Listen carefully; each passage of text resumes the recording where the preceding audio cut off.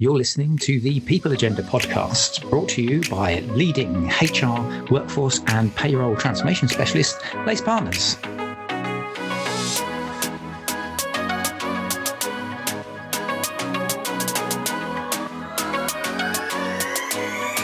Good morning, good afternoon and good evening, and welcome to the People Agenda podcast. It's me, Chris Howard from Lace Partners, joining you as always for a 30-minute session, and today's session, it's going to be AI focused. I've got an expert, a specialist, an AI change consultant in that I'm going to chew the fat around performance management and the role that AI plays in it. Now, we at Lace have a regular gathering of people that come together once a week, and we have a little look at what news is out there.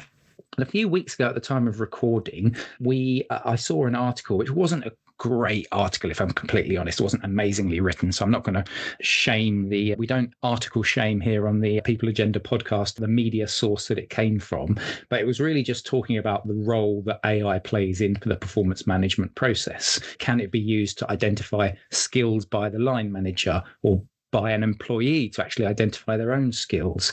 What about coaching? What impact does it have there? Where does AI start and the human interaction stop? So Debbie is my co-host today. How are you doing, Deb? You all right? Hello. I'm good, thank you. Nice to be back. Good to have you on as always. And we were chatting about this topic, weren't we? And so it's going to be an interesting one because you then said, oh, I've got somebody for you. So do you want to just layer on a little bit of that initial framing that I did and maybe introduce our guest as well? Yeah, when somebody said performance management and AI in the same sentence, the name Amira just rang loud and proud in my head. I've worked with Amira for a number of years on performance management before the days of AI. I don't think it was invented, Amira, when we started working on performance management. And so we just thought it would be a great opportunity to connect. I think we wanted to explore some of the issues, the challenges, the opportunities, because there are lots of, naysayers who would present all the risks up front and the reasons why this isn't a great idea. But we can also see lots of opportunities and real benefits to it. Amira, welcome to the People Agenda podcast. Do you want to just say a quick hello and tell us a bit about you? Yeah, so I'm Amira Kohler, and I have been in the people transformation kind of space for over 30 years. And yes, Debbie and I worked together many years ago as consultants when we were first out there as independent HR consultants. So my background, initially I was in HR, then I have done about 20 years as an independent change management consultant with a lot of focus on digital transformation programs, including implementing SAP success factors into 14 countries and 14 payroll integrations. So I know a bit about digital transformation, and then latterly have become fascinated in the kind of intersection between HR, change, digital transformation, and that was my segue into AI, which has been a very interesting last couple of years, I would say. Yeah, certainly. We're going to delve into some of that and talk about some of your key takeaways from what you've learned from your current forays into the world of AI over the last few years. But before we do that, there's a little tradition on this podcast called our fundamentally different question. And I am not going to be leaving this podcast today without asking it. Debbie Mitchell, we're going to give Amira some time to think about her answer. But there was a man in the US that I've just read about who's been living in a literal crawl space on top of a residential building, like in the eaves within a building. He'd set himself up a bed, he'd got a little coffee table, he had a TV, he was tapped into the electricity. So my question to you and then to Amira is, if you could live anywhere that's a little bit random, like this man in Oregon did, where would it be and why? I've got so many questions about that story, but I'll park them. Maybe we'll do another People Agenda podcast on that topic. But mine isn't really random. I'm a seaside girl, so I just want to live by the sea. I'll make it more random by saying those houses that are right on the edge of cliffs that are about to collapse. That's where I'd like to be, but I would prefer it not to collapse. Because that proximity to the sea and looking out to absolutely nothing but horizon that's my dream. Do you know what? I'm not a big fan of the sea because it has lots of things in it that can kill you. However, I've always loved James Bond, and I can't remember which one it is, but the one that was like in the bubble which rose up, the house which rose up, that Blofeld, I think, in one of the James Bond lived in. So I just have that because I just thought it was cool. the problem about the whole phobia of the sea, I'll cross that bridge when this fictional becomes reality. But Amira, save me from this and tell me an interesting random place you'd live. Just to comment on Debbie's, when I go on walks, coastal walks, I am the person who looks at those houses and just thinks, what kind of a nutcase lives in that? It's margin of hell, I'd say. Oh my God. Anyway, mine is only random in as far as that it's taking one location to another. So what I mean by that is, so I live in North London in an absolutely beautiful place called Muswell Hill, which is zone 3, so very close to the middle of London, but we have got 3 parks, woods within minutes of where we live. And my daughter once said to me, if you became a millionaire, where would you move to? And I'd be like, I wouldn't. I have all my friends here. I have everything I need. I would live literally in this house. I might travel business class a bit, but the only thing is, I am also a hot region person. So I was born in Khartoum in the Sudan on the edge of the Sahara. So I would love it to never be cold. So I would take Muswell Hill and I would transmogrify it into somewhere hot and sunny like southern Italy or northern Africa, something Nice like plan. that. Nice plan. Maybe AI could do that for you, Amira. Maybe. Let's see. So let's talk about that then. Talk about your kind of what got you interested in AI, and let's focus in on like some of your recent takeaways that you're taking from what you're learning. And particularly, I'm interested in the performance management space because I said at the top of the podcast, the thing that I got thinking about was I'm a line manager. How is AI going to help me with my performance management process or my employees? And I asked that question to the group, and that's why obviously we're chatting now. But let's start with just what got you interested in it, what your key takeaways from the experience are, and then we can start talking about that performance management bit. I wanted to start with a bit of a story about what it was that inspired me to get interested in AI, because for those people who know me well, they know I'm not a tech person, really. I understand the technology and I've done, as I said, really big, ugly transformation programs involving digital transformation. But I wouldn't say it's the technology that interests me. It's the impact on people's roles and their work that interests me.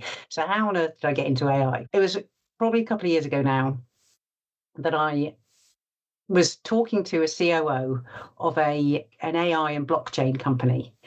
And he knew that I knew a lot about performance management, and I've done performance management work for 25, something like that, years. And he said, you really got to come and see what my software package can do. So it needed to have a performance conversation, a kind of check-in conversation with a member of his staff in the next week. And his system said to him, had a little prompt, you've got a performance check-in with Sammy next week. Would you like help to prepare for the check-in conversation? I was like, interesting. So he pressed the button. It did that little tiny little like 2-second sort of wheel going round thing and helped serve up absolute gold for a line manager. It was unbelievable because what it did was it did a full analysis of Sammy's performance over the last 3 months against his KPIs, against the feedback that the boss had given him and against what Sammy had said about himself, against what clients had said, against even his development areas that he had said he wanted to work on, all sorts of stuff. And it basically sifted it instantly, all this data, and suggested to the COO, to the boss, what he might want to talk about in the conversation. And it so took away the issue, I think, with performance management that puts off so many line managers, which is I've got to prepare for this conversation. I've got to go back to all that, remember what it was that happened 2 months ago, and all the recency bias that they have about, they only remember the good stuff or the bad stuff that happened last week in a specific project meeting or whatever it might be. So it was really interesting and it really got me thinking. And just before I stopped, I said to him, so is it accurate? Most importantly, is this reflection of Sammy accurate? And he said, I can see that this particular feedback, I know I gave him. So I know that's accurate. This particular piece, I don't recognise that. Now that might be because other people have given it to Sammy, but I really want to explore that in our performance conversation. Big tick. Use it as a basis for exploration. not assume it's right simply because the AI has given you that answer. Second thing was, I said, and how will Sammy handle that? Will he think that you've cheated? Will he think that Big Brother is watching him? And he was like, it's fine. We work for a technology company. We can't get enough. It's going to be brilliant. So it was just really eye-opening for me. What were some of your key takeaways from that conversation then, Amira, in terms of thinking then about what you could do with that, or what performance management could do with that? So for me, I guess what it gave me an epiphany in a couple of different ways.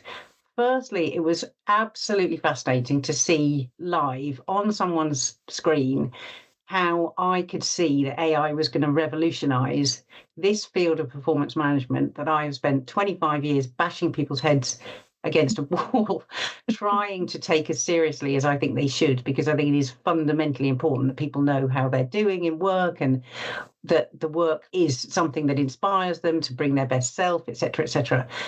But given how ineffective performance management so often is, I thought this is going to be very interesting if this can be a force for good for everyone involved, the manager, the employee, HR. It really made me think this is an area I want to really understand a bit more about and see, not just from a technology perspective, but the impact on the people. But I also, the other side of it, at the same time, I had this really unsettling feeling because I thought, that's all well and good for this particular company where these two kind of tech savvy kind of people can see the pros and cons of what AI is doing and sees it all as like basis of a conversation. Fantastic.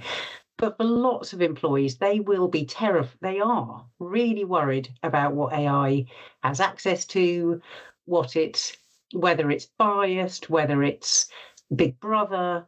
And really importantly, a lot of line managers, because a lot of line managers end up in people management roles, not necessarily by design, but by default, because they've been promoted, because they're good at something, some area of expertise. And we all know, lots of people managers are really quite poor at it because it's just not their happy place. But I thought what was quite concerning about this was if someone takes that, initial kind of draft that AI has served them up and thinks that's the answer. Yeah, exactly. It's like it's the tool. It's just the same as using Microsoft Word it's a tool to then deliver on what you need as your outcomes. When you were talking about that Sammy story, I thought it was quite interesting. One of the things I've just written down is, where did all of those different data points come from? Because this line manager obviously has taken some of it from conversations that they've had, but obviously you need to record those conversations. Absolutely. But then it's conversations that maybe have happened over here. Like we use Copilot within our organization. Great. It's brilliant. It can tell me about certain things that can run through my emails and tell me to-do lists and bits like that. So it's able to pull from some data sources, but our Copilot doesn't pull from all data sources across the business. Can I just get some thoughts from you? And maybe this is a risks question, or maybe this is just a general reflection question around the importance of gathering all that data from different sources, how that physically happens. Because again, I don't know the answer, and that's one of the questions. Maybe you do, maybe you don't know the answer. I'll be interested to get your take. And the importance that also, I wanted to ask you a question around engagement, but let's focus on the data part as well first.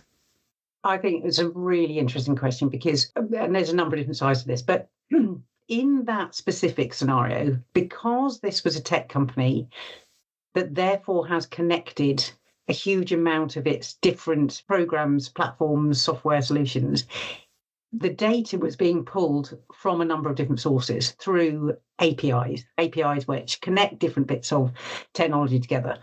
So it wasn't just what the COO had written and the employee had written in their performance management platform. Although that was, I think, probably the main source.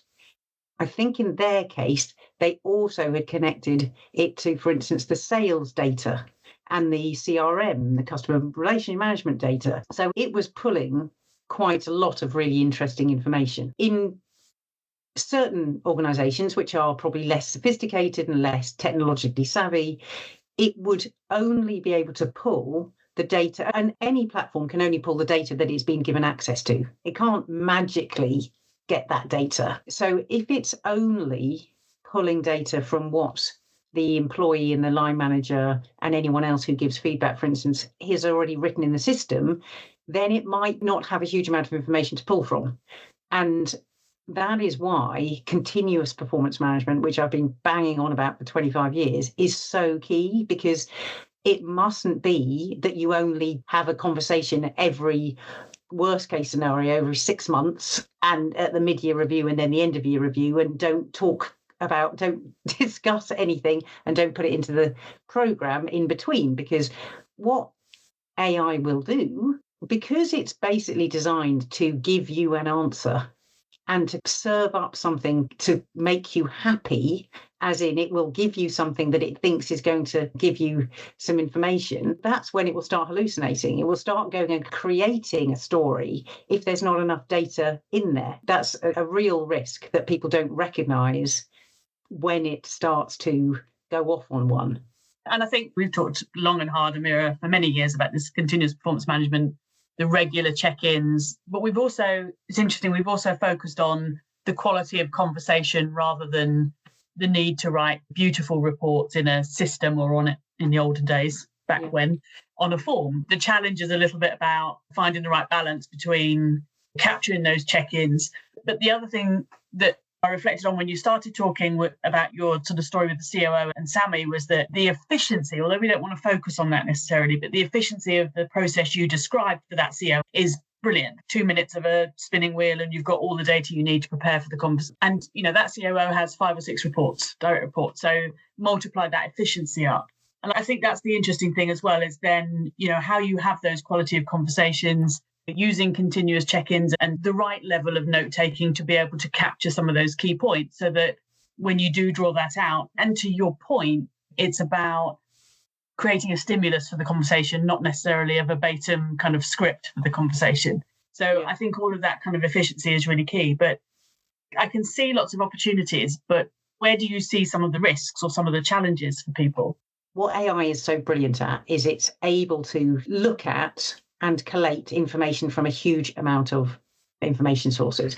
So it can, for instance, in goal setting, look at the business strategy and the specific departmental strategy and and if it's trained to know what kind of, whether it's a SMART goals or OKRs in a particular organisation, it can learn the kind of way that goals ought to be written, for instance, and start suggesting some sensible goals based on real information, but on that specific organisation and what data it can get its hands on. It's also, I think, going to be fantastic for personalised coaching and development plans.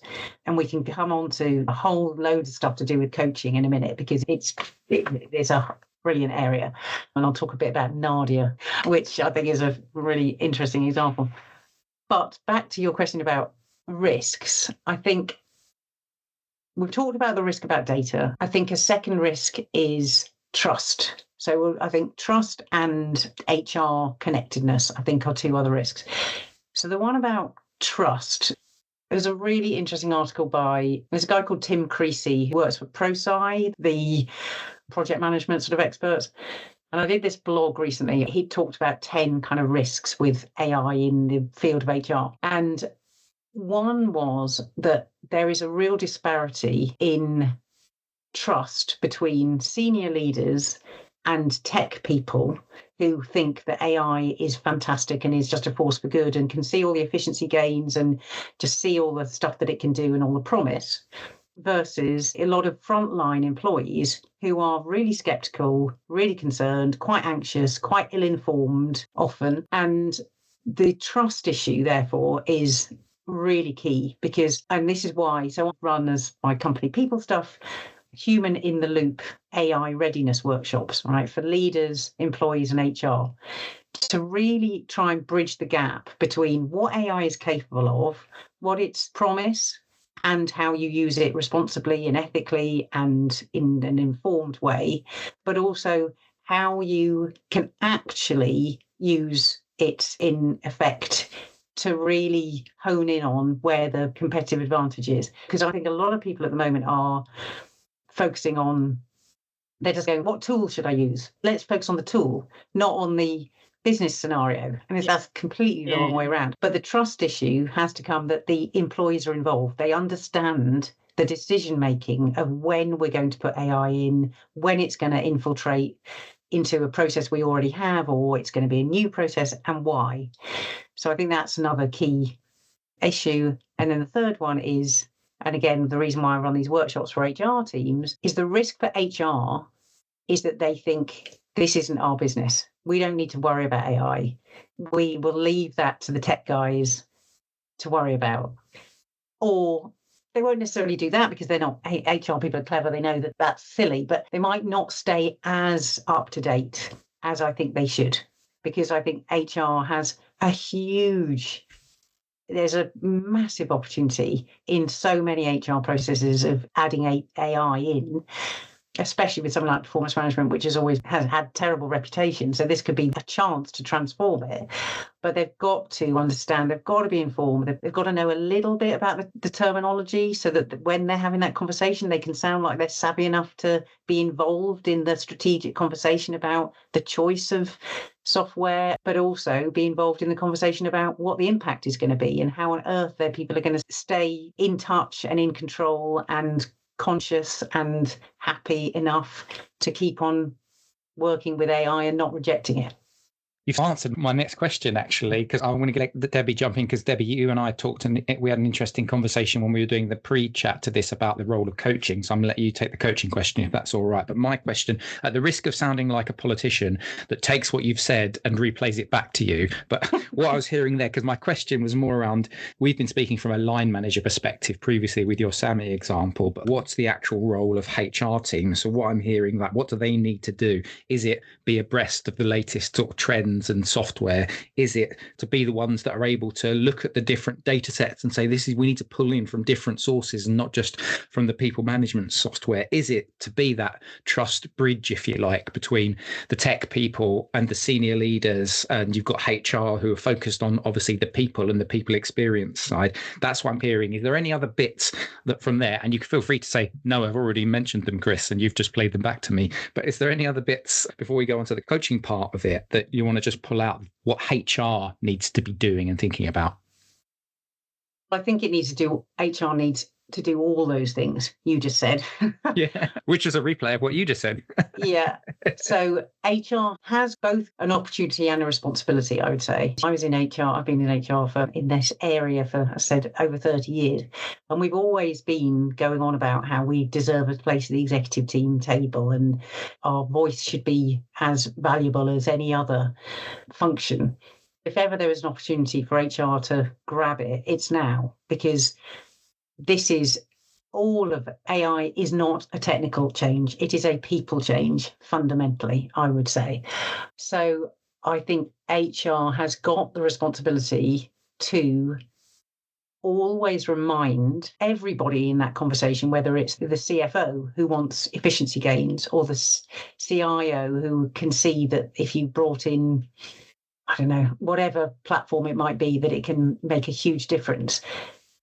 The HR department's responsibility, I think, is to remind everybody of the critical importance of being human in the loop, which is why that's the name of my workshops, because there is a risk that people leave the human out of this and get so excited. And we'll talk, I think, as well about agentic AI, which is another whole amazing area, that we lose the human in the equation. And that is worrying from a responsible, ethical perspective, because AI isn't human, it's not sentient. It might sound clever, but it always needs to have someone check it to know that its answers are accurate and responsible and aligned to a company's values, etc., etc.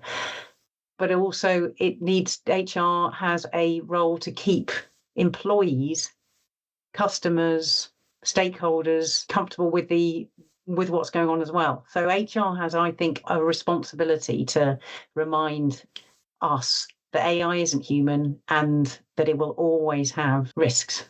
I'm going to move us on to coaching, but it's a strong connection because I, as an old school kind of coach, pre-COVID days, I would have said that you can't coach on Zoom. You've got to be in the room. You've got to sense and feel it. And so now we're moving on. And of course, now we completely do coaching, learning development, all that kind of stuff remotely. But it moves us on to how can AI coach me? How can it support me without understanding me as the whole person? I was challenged by that by just a prompt on LinkedIn that said, try this. And the prompt was something like, I won't remember exactly, but ask AI to tell you something about yourself that you don't already know or that is holding you back. And I tried it and it told me something. And it was a really interesting, we'll do another podcast on that. I won't go through it now, but it was a really interesting point and it really made me think. So I thought, wow, I've just been coached by AI to think about something differently. Now, it might not have been the right answer. It might not have been something I was going to say, was it true? It resonated. I don't know whether it was 100% true, but it resonated and it made me think. So it was a really good kind of provocation to me to think about some of the things that I'm doing and some things that I could do differently and or have a conversation with my manager or my mentor about. So it provided that kind of scope. So I was interested in that in terms of how you think it helps, because what occurs to me is I then told everybody I know about this prompt, and same as I did when we were all creating action figures of ourselves, but I told lots of people to do it. And so suddenly everyone's got access to a coach, which isn't always the case in organizations where coaching is for the exec or for a specific development need. Now I've got something or somebody I can ask for a few thoughts and it will just give me something to think about. To what extent do you think it's providing that opportunity more broadly for people, or is that not yet fully adopted? I think it is already happening. And I think one of the great opportunities from AI is it will democratize the workplace a bit more, because as you said, Debbie, it used to be the preserve of senior leaders and high potential talent to have access to an individual coach, and used sensibly and with some understanding of the limits and the accuracy, its ability to coach is quite fascinating. And the example you gave was really interesting, because I think what a lot of people are doing is they are prompting AI to ask a question of AI and look for an answer. Often where it's at its cleverest is when you say to it, I'm thinking of this, what else should I be asking myself? Turning it round, using it as a kind of 360 sort of process. But anyway, get back to the AI as a performance. What I think is going to be so interesting for line managers and for employees is, and this democratization point, is not feeling so constrained by the process that an HR team has given them to follow. Outside what hopefully are regular check-ins and hopefully regular fluid feedback is flowing through the organisation. But outside all of that, you could have the capacity to ask it, what else should I be thinking about? These are some learning points from this particular project meeting or this client interaction. What could I have done differently? For a line manager, that ability to rehearse a tricky conversation, for instance, will take away so much of the fight or flight mentality that kind of hopefully will open up the ability for line managers to tread maybe slightly more into areas that they haven't delved into before because they've been nervous about what's going to happen. If they can rehearse that conversation with a coach, I think it would be absolutely amazing. And it's what a lot of the performance software, it's being built in, but you can do that yourself as an individual. We're running out of time. This is really annoying because I feel like we could probably go on for another half an hour on this, but we have rules on this podcast, and those rules we try and abide by with an iron fist. But just before we say goodbye to you, Amira, can you do me maybe a 1 or 2 minute, because there's probably HR people listening into this who've heard lots of talk around agentic AI, and we don't really have a lot of time to go into the detail of it. Maybe we'll save that for next podcast to go into a bit more detail. But can you maybe just give those people listening in who have heard about this, are wondering why it's going to impact their role or how it could impact the HR function, and just talk a little bit for a minute or two as we wrap up about it? Okay, so what is agentic AI? It's a next level of where AI is going. So far, a lot of people on the call will know that you can put into ChatGPT or Claude or Perplexity or whatever it might be, a prompt to ask you for information. basically. It gives you information, or it gives you a image, gives you something you can use from an information perspective. Where a agentic AI is going is it's an autonomous system that uses a whole mix of technologies to achieve goals without human input. So it not only learns and perceives and reasons, but it plans and makes decisions and can take action. So that's where it's new.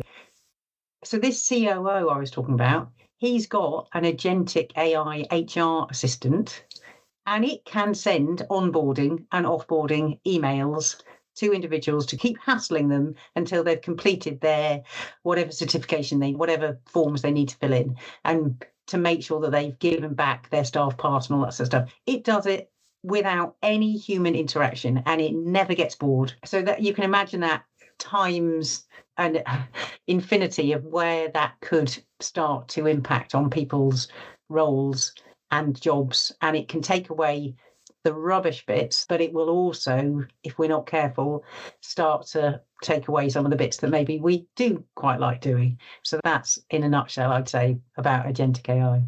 Okay, I think we're going to unpick this on another People Agenda podcast, because there's probably a whole world of different discussion points that we could go down. We could probably literally do a podcast which starts up with me saying, agentic AI, how will it impact the pros and cons? How does it impact the HR profession? And then just hit record and say, I'm just going to let you talk, Amira. Well, and when we do, I want to talk to you about my comedy moment, my comedy scenario for how agentic AI is going to impact performance management. But anyway, that's for a future podcast. There's a teaser for the next pod. Little teaser there. Thank you very much, Amira, for joining us today. It's been really good to have you on and chew the fat over performance management in AI.